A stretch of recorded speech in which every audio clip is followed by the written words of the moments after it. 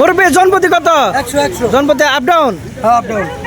Up down 100 টাকা জনপ্রতি। আর chair আছে, চেয়ারে বসে যাবেন। আর লাইফ জ্যাকেটও রয়েছে। যারা সাদা পানা লাইফ জ্যাকেট আছে না, আমরা 4 জন।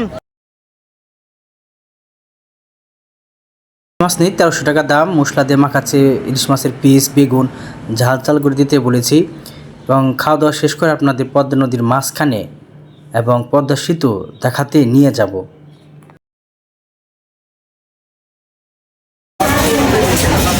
দাম বেশি হয়ে যাচ্ছে তো, 1200 টাকা। পদ্মার মাছের দাম বেশি থাকে।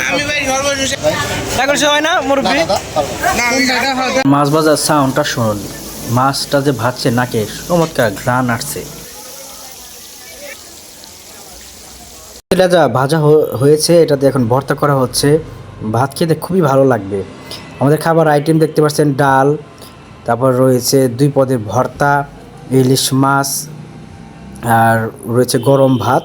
খাওয়া দাওয়া পর্ব শেষ করে আপনাদের পদ্মা নদীর মাঝখানে এবং পদ্মা সেতু দেখাতে নিয়ে যাব। আর এই বাসটাতে দাঁড়িয়ে আছে, এটা চর, আর ওই দূরে পদ্মা সেতু। আর এটা হলো চর। ওই পর্যন্ত কিন্তু বর্ষাকালে আপনার পানি থাকে, একদম ওই পর্যন্ত পানি থাকে। আর এখন পানিটা যেহেতু এখন তো বর্ষা সিজন নাই, এখন যেহেতু বর্ষার মৌসুম না, পানিগুলো নিচের দিকে নেমে গেছে। আর ওখানে নৌকা আছে, নৌকাগুলো কত করে ভাড়া আমি আপনাদের বলবো। এবং ওখানে রয়েছে একটা জাহাজ, ওটা সারাদিনের জন্য ভাড়া করে ঘুরতে হয়। আমার ছেলে, ভালো লাগতেছে তোমার? ছেলে খুব খুশি, অনেক মাস ঘুরতে আসছে, ঈদের ছুটি বন্ধ। আর এই অনুযায়ী কিন্তু খাবারের দামগুলো অনেক বেশি, ভাড়াও বেশি, স্বাভাবিক, যেহেতু এখন বন্ধের মৌসুম, যেহেতু ঈদের বন্ধ।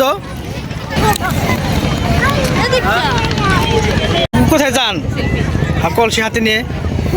নদী পানি কি পরিষ্কার? এই পানি দিয়ে কি রান্না বান্না করেন? না না, শুধু আপনি করতেছি, আপনি দেখা যাচ্ছে এখান তো আপনি এখানে থাকেন না? ব্যবসা বাণিজ্য ভালোই চলতেছে।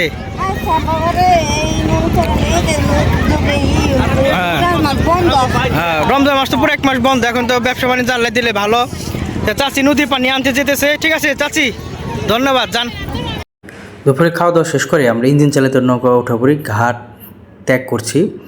যারা এখানে ঘুরতে আসবেন, নৌকায় উঠবেন, মাঝিকে বলবেন যারা সাঁতার জানেন না লাইফ জ্যাকেট আছে কিনা। অনেকে দাঁড়িয়ে আছে, ছবি তুলছে, গোসল করছে। রোলিং দেখতে পাচ্ছেন, সেই ভয়ানক পদ্মা নদী। ছোট জাহাজ, ক্রেন, ড্রেজার দেখতে পাচ্ছি। ড্রেজার দিয়ে নদীর তলদেশ খনন করা হয়। এখন তো এখানে জাহাজ বা ফেরি চলে না, সম্ভবত পদ্মা সেতুর কাজের জন্য আনা হতে পারে। আর এগুলো চায়না থেকে আনা হয়েছে, চাইনিজ মেরিনাররাই এটা পরিচালনা করে। বাংলাদেশি মেরিনাররাও জুনিয়ররা রয়েছে ধারণা করা যায়। পদ্মা সেতুর ঢেউ দেখতে পাচ্ছেন, দেখেই তো ভয় লাগে। আমি ঠিক পদ্মা সেতুর খুব কাছে রয়েছি, পেছনে দেখতে পাচ্ছেন পদ্মা সেতু আপনাদের নিয়ে এলাম। নদীর জায়গায় জায়গায় চর জেগেছে, ধান ক্ষেত দেখতে পাচ্ছেন সবুজ, ভালো লাগছে। গোধূলি বিকেল, সূর্য ডুবছে, সূর্যের গোল্ডেন কালারের আলো নদীর উপরে পড়েছে, দেখে ভালো লাগছে। এই একটা সেতুর কারণে আশেপাশে পরিবেশ অনেক পরিবর্তনের ছোঁয়া এসেছে দেখতে পাচ্ছি। যদি এরকম একটি পদ্মা সেতু পাটুরিয়া দরদি ঘাটে হতো, গাড়ি পরে মানুষ মারা যেত না, তাজা প্রাণ চলে যেত না। এই পদ্মা নদী ফেরিঘাটেও একটি সময় অনেক দুর্ঘটনা ঘটেছে। এখন মানুষের সুখ, তারা সহজেই বাড়ি যেতে পারে। মাছ ধরার নৌকা দেখতে পাচ্ছেন। এই ফেরিঘাটে লঞ্চ ডুবি, ফেরি ডুবি, ছোট ছোট নৌকা ডুবি অনেক মানুষ মারা গেছে। ঢাকার চিকিৎসার কাজে গিয়েছে, বিভিন্ন রকম ব্যবসায়িক কাজে। ঝড়ের কবলে পড়ে অনেক মানুষ মারা গিয়েছে, প্রাণ গিয়েছে। আজ তারা সহজেই বাড়ি যেতে পারছে।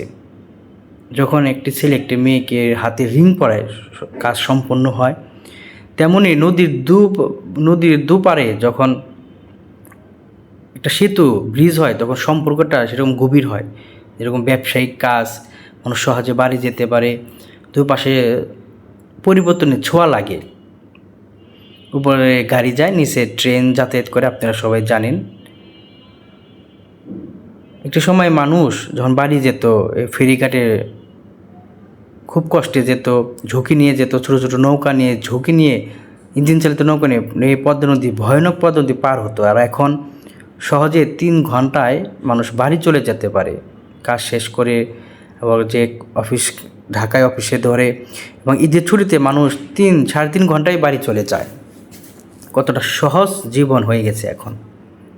আর এই ভয়ানক পদ্মা নদী কত মানুষের প্রাণ গিয়েছে। আগেকার মানুষরা বলতো পদ্মা নদী মানুষ খেকো নদী। ইলিশ মাছের নৌকা দেখতে পাচ্ছেন, অনেকে মাছ ধরে চলে যাচ্ছে, মাছ ধরে আবার মাছ ধরতে যাচ্ছে, অনেকে মাছ ধরে বাড়ি চলে যাচ্ছে। ঈদের ছুটিতে পদ্মা নদী মামা ফেরিঘাট ইলিশ খেতে এলাম, এবং আপনাদের পদ্মা নদীর সেতু দেখাচ্ছি। পদ্মা নদীর মাঝখানে রয়েছে, আশেপাশে পরিবেশ আপনাদের দেখাচ্ছি। জায়গায় জায়গায় চর জেগেছে, অনেকে চরে এসে বাড়ি করছে, ফসল বুনছে, ওগুলো আবার হাটে নিয়ে বিক্রি করছে। আমার ছেলেকে দেখতে পাচ্ছেন। আমার এই চ্যানেলে দেশ বিদেশে অনেক ব্লগ রয়েছে, দেখবেন ভালো লাগবে। যখন এই পদ্মা নদী চারোদিকে পানিতে থই থই করে বর্ষার মৌসুমে বাড়িঘর ভেঙে তছনছ করে নিয়ে যায়, যখন আবার পানি চলে যায়, তখন জায়গায় জায়গায় পদ্মা নদীর বুকে চর জাগে, চরে অনেকে বাড়িঘর করে নতুন করে পরিবার আসে, এবং তারা ফসল বনে সেগুলো হাটে নিয়ে বিক্রি করে। বাদাম, চিনাল, তরমুজ বনে থাকে। আমরা ঘাটের খুব কাছাকাছি রয়েছি। আশা করি দৌলতদেও পাটুরিয়া পদ্মা নদীতেও আরেকটি সেতু হবে। আমাদের নৌকা থেকে সিঁড়ি নামিয়ে দিচ্ছে, এই সিঁড়ি দিয়ে আমরা নিচে নামবো। আপনাদের পদ্মা নদী ঈদের ছুটিতে ছোটো করে একটি ব্লগ দেখালাম। আর দোকানপাট রয়েছে এখানে, জিনিসের দাম কত করে পরে একটি ব্লগে আমি আপনাদের তুলে ধরব। খুব সুন্দর সুন্দর জিনিস। সবাই ভালো থাকবেন, সাপোর্ট করবেন। আসসালামু আলাইকুম, খোদা হাফেজ।